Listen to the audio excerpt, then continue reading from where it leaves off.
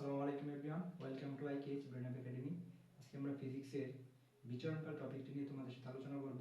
এই টপিকটা থেকে প্রত্যেক বছর এসএসসি এক্সাম বলো, এসএসসি এক্সাম বলো বা কোনো কম্পিটিটিভ এক্সাম বলো, ওই এক্সামে কোনো কোনো কোশ্চেন এসেই থাকে। তো বিচরণকাল টপিকটা খুবই গুরুত্বপূর্ণ। এটা থেকে এমসিকিউ রিলেটেড অথবা সিকিউ এর মধ্যে ছোট রিলেটেড ম্যাথ আসতে পারে।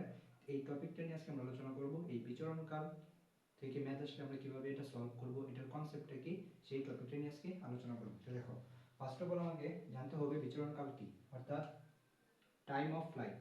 বিচরণকাল জিনিস হচ্ছে time of flight. Time of flight এটা মানে হচ্ছে বিচরণকাল। বিচরণকাল বিচরণকাল টাইম অফ ফ্লাইট মানে হচ্ছে বিচরণকাল। এখন ফার্স্ট আমাকে জানতে হবে এই বিচরণকাল কাকে বলে। বিচরণকাল জিনিসটা হচ্ছে কোনো একটা বস্তুকে তুমি নিচ থেকে উপরের দিকে নিক্ষেপ করো, নিক্ষেপ করার পরে ওই বস্তুটা যতক্ষণ বাতাসের মধ্যে বেশি থাকবে সেই যে সময়, সেই সময়টাকে বলা হচ্ছে বিচরণকাল। অর্থাৎ একটা বস্তুকে উপর থেকে নিচে নিক্ষেপ করলে ওটা যখন নিক্ষেপ করার পর উপরের দিকে একটা তার সাইড ব্যাগ শূন্য হয়, তখন সেটা আবার নিচের দিকে পড়তে থাকে। তাই নিক্ষেপ করার পরে ধরো এইখান থেকে তুমি নিক্ষেপ করছো, এইখানে আসলো, এই উচ্চতায় যেটা শেষ বেগ শূন্য হলো, দেন সে আবার অভিকর্ষ বলের কারণে আবার নিচের দিকে পড়তে থাকবে। নিক্ষেপ করছো প্লাস হচ্ছে পড়তেছে, এই নিক্ষেপ আর পড়ার মধ্যে যতটুকু সময় লাগছে এই সময়টা হচ্ছে বিচরণকাল। এটা হচ্ছে বিচরণকাল। আচ্ছা, এটাকে আমরা এভাবে বলতে পারি, একটা বস্তুকে যখন আমরা নিচ থেকে উপরের দিকে নিক্ষেপ করব সেটাকে আমি বলতে পারি উড্ডয়নকাল। দেখো, এই নিচ থেকে উপরের দিকে উঠতেছে, এটাকে আমি বলতে পারি উড্ডয়নকাল। উড্ডয়নকাল। আচ্ছা, উড্ডয়নকাল একটা বস্তু নিচ থেকে উপরে ওঠার পরে সেটা তার বেগ শূন্য হবে, শেষ বেগ শূন্য হবে, তখন কি করবে, সে অভিকর্ষ বলের কারণে আবার নিচের দিকে পড়তে থাকবে। এই যে পড়তেছে এটাকে আমরা বলতে পারি কি, পতনকাল। পতনকাল। আচ্ছা, এখন ওঠার জন্য তুমি একটা বস্তুকে নিচ থেকে উপরের দিকে নিক্ষেপ করছো, অবশ্যই একটা ব্যাগে নিক্ষেপ করছো, ইউ ব্যাগে নিক্ষেপ করবে। আচ্ছা, দুবেগে নিক্ষেপ করছো, অভিকর্ষ ত্বরণ আছে এখানে, অভিকর্ষ বলের বিপরীতে তুমি নিক্ষেপ করছো, দেন এখানে এসে তার ব্যাগটা শূন্য হইলো, তারপরে সে আবার কি করলো, অভিকর্ষ বলের প্রভাবে নিচের দিকে পড়তে শুরু করলো একটা বেগে, তাই এখানে একটা বেগে পড়তে শুরু করলো। আচ্ছা, এখন এই যে এইখানে আসলে উড্ডয়নকাল আর এখানে হচ্ছে পতনকাল। এখন আমরা এভাবেও বলতে পারি বিচরণকাল মানে হচ্ছে উড্ডয়নকাল প্লাস হচ্ছে পতনকাল, এইটা দুইটা হচ্ছে একসাথে কম্বিনেশন, সেটাকে আমরা বলতে পারি বিচরণকাল। এটাকে আমি এভাবে লিখতে পারি যে বিচরণকাল, এই বিচরণকাল ইকুয়াল হচ্ছে উড্ডয়নকাল প্লাস হচ্ছে পতনকাল। দেখো, একটা বস্তুকে এই বিচরণকালকে সবসময় আমরা টি দ্বারা প্রকাশ করি। একটা বস্তুকে একটা ব্যাগে নিক্ষেপ করলে, অভিকর্ষ ত্বরণের বিপরীতে নিক্ষেপ করলে এক সময় তার শেষ বেগ শূন্য হওয়ার কারণে সেটা আবার অভিকর্ষ বলের কারণে নিচের দিকে পড়তে শুরু করে। তার মানে আমরা একটা ব্যাগে নিক্ষেপ করি, এইখানেও সে পরে একটা ব্যাগে পড়ে। আচ্ছা, এখন আমাকে এই উড্ডয়নকাল আর পতনকাল এটা সম্পর্কে জানতে হবে। যে উড্ডয়নকাল হচ্ছে যে নিচ থেকে উপরে উঠতেছে, আর পতনকাল হচ্ছে ওই শেষ ব্যাগটা শূন্য হওয়ার কারণে সেটা নিচের দিকে পড়তেছে, সেটা হচ্ছে পতনকাল। এখন এই উড্ডয়নকালকে ধরো আমি যদি উড্ডয়নকাল সমান হচ্ছে উড্ডয়নকাল, এই উড্ডয়নকালকে আমরা বলতে পারি উড্ডয়নকাল সমান u/g। ঠিক আছে, এটা হচ্ছে উড্ডয়নকালের সূত্র। সেম ভাবে আমি এটা বলতে পারি যে পতনকাল সমান হচ্ছে u/g। এখন আমি কি বলছি, আমি বলছি যে বিচরণকাল হচ্ছে উড্ডয়নকাল প্লাস হচ্ছে পতনকাল। তাহলে তুমি এইখানে এটা ইউজ করো, আর এটা ইউজ করো, দেখো সূত্রটা কি হয়।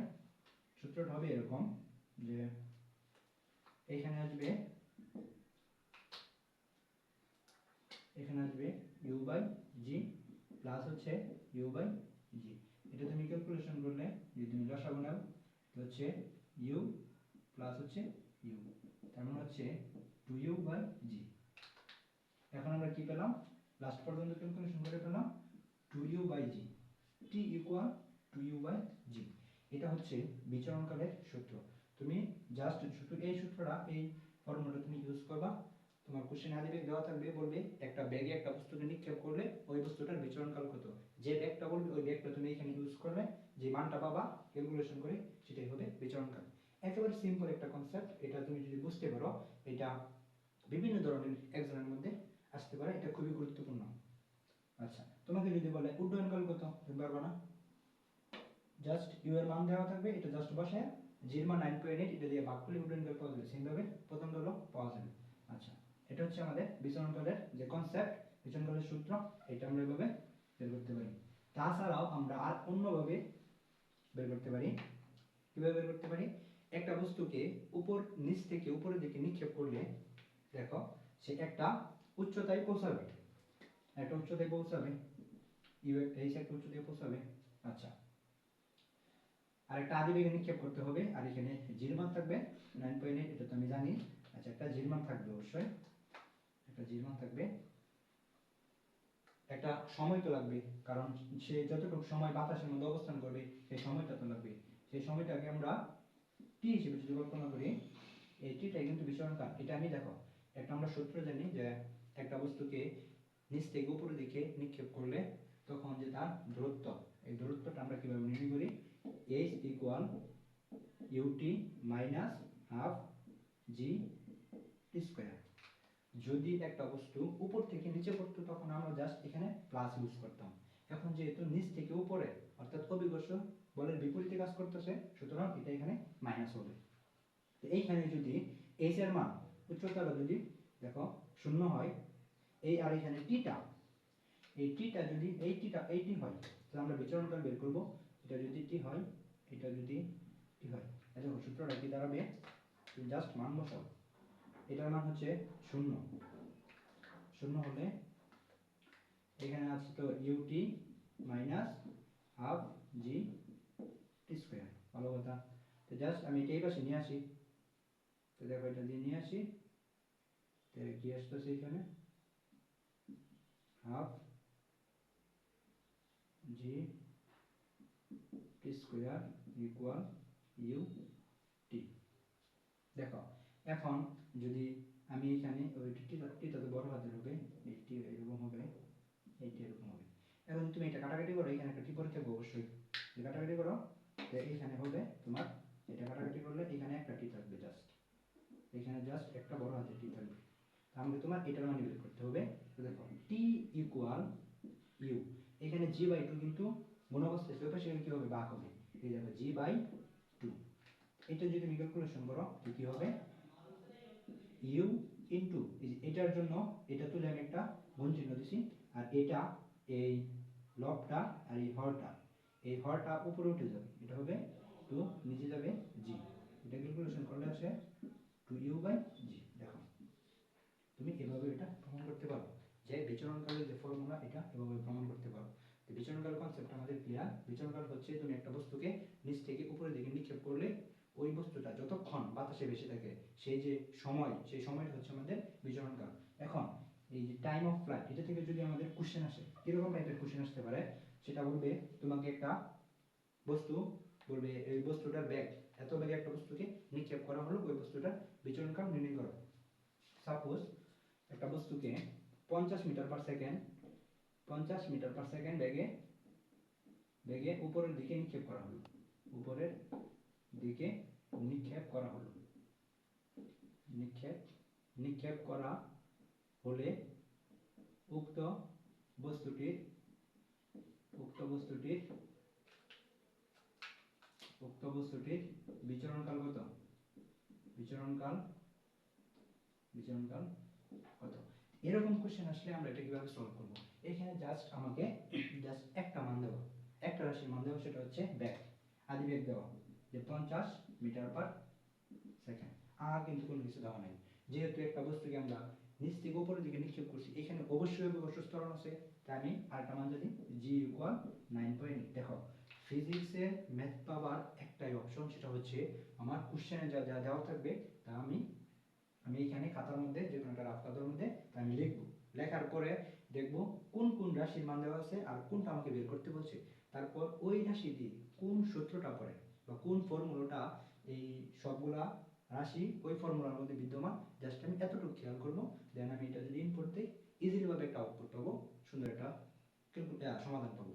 মানে একেবারে সিম্পল একটা প্রসেস, এই প্রসেসে আমরা ফিজিক্সের সবগুলো ম্যাথ সলভ করবো। দেখো এখানে জাস্ট ইউ এর মান দেওয়া আছে 50 মিটার পার সেকেন্ড, জি মান হচ্ছে 9.8। এখন আমাকে বলছে বিচরণকাল কত।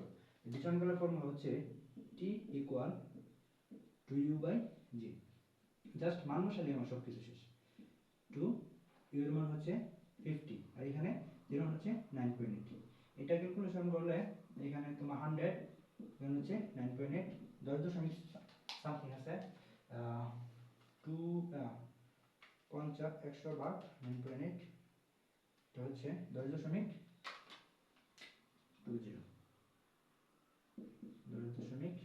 দেখো বিচরণকালের একক হচ্ছে এত সেকেন্ড। আমি বলছিলাম কি একটা বস্তুকে নিচ থেকে উপরে নিক্ষেপ করলে ওই বস্তুটা যতক্ষণ বাতাসে বেশি থাকবে ওই যে সময় টোটাল সময়টা হচ্ছে আমাদের বিচরণকাল।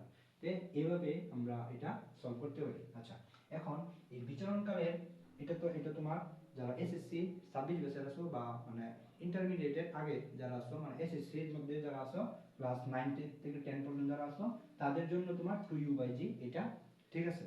কিন্তু আমাকে যখন আমি ইন্টারমিডিয়েটে সায়েন্স নিয়ে পড়াশোনা করব তখন আমাকে মানে আরেকটু ডিটেইলস আলোচনা করতে হবে। সেটা হচ্ছে তখন সূত্রটা এরকম হবে t সমান 2u sin θ/g।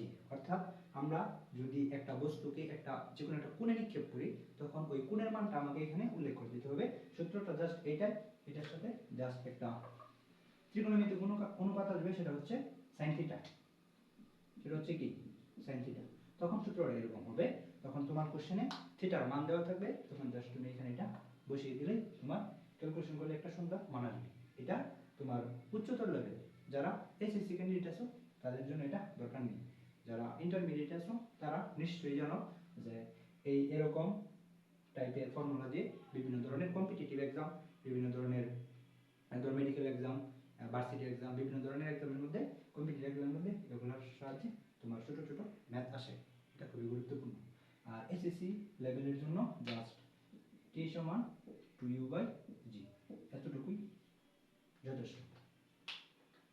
আজকে আমাদের টপিক ছিল বিচরণকাল। এই বিচরণকাল কাকে বলে? বিচরণকাল হচ্ছে উড্ডয়নকাল প্লাস হচ্ছে পতনকাল, এই দুইটার যে কম্বিনেশন, এই দুইটার যে যোগফল সেটাকে বলা হয় বিচরণকাল। বা তুমি এভাবে বলতে পারো কোন একটা বস্তুকে নিচ থেকে উপরের দিকে নিক্ষেপ করি, ওই বস্তুটা যতক্ষণ বাতাসে বেশি থাকে তার যে সময় বা মোট যে সময় সেই সময়টি হচ্ছে আমাদের বিচরণকাল। বিচরণকাল রিলেটেড যে কোনো টাইপের ম্যাথ আসলে আমরা 2u/g এই ফর্মুলা ইউজ করে তা সমাধান করতে পারবো। তো আজকে আমাদের টপিক এতটুকুই ছিল। এই বিচরণকাল টপিক থেকে কোন টাইপের ম্যাথ আসতে পারে বা বিচরণকালটা কি, বিচরণকালের ফর্মুলা কি, এটা আমি তোমাদের সামনে তুলে ধরলাম। আশা করা যায় উক্ত আলোচনার মধ্যে দিয়ে তোমরা উক্ত ক্লাসের টপিকটা বুঝতে পারছো। সো তোমাদের সাথে দেখা হবে পরবর্তীতে ফিজিক্সের নতুন কোনো টপিক নিয়ে। সেই পর্যন্ত তোমরা সকলেই ভালো থাকো। আর যারা এসএসসি 26 ব্যাচের আছো তারা তোমাদের এক্সাম অতি নিকটে, তোমরা মনোযোগ সহকারে পড়াশোনা করো। এই কিছু সময় তোমরা একটা ভালো ইনপুট দাও, ইনশাআল্লাহ একটা ভালো আউটপুট হবে। তোমাদের জন্য দোয়া ও ভালোবাসা রইল। তোমরা মনোযোগ সহকারে পড়াশোনা করো। ধন্যবাদ সকলকে। আসসালামু আলাইকুম।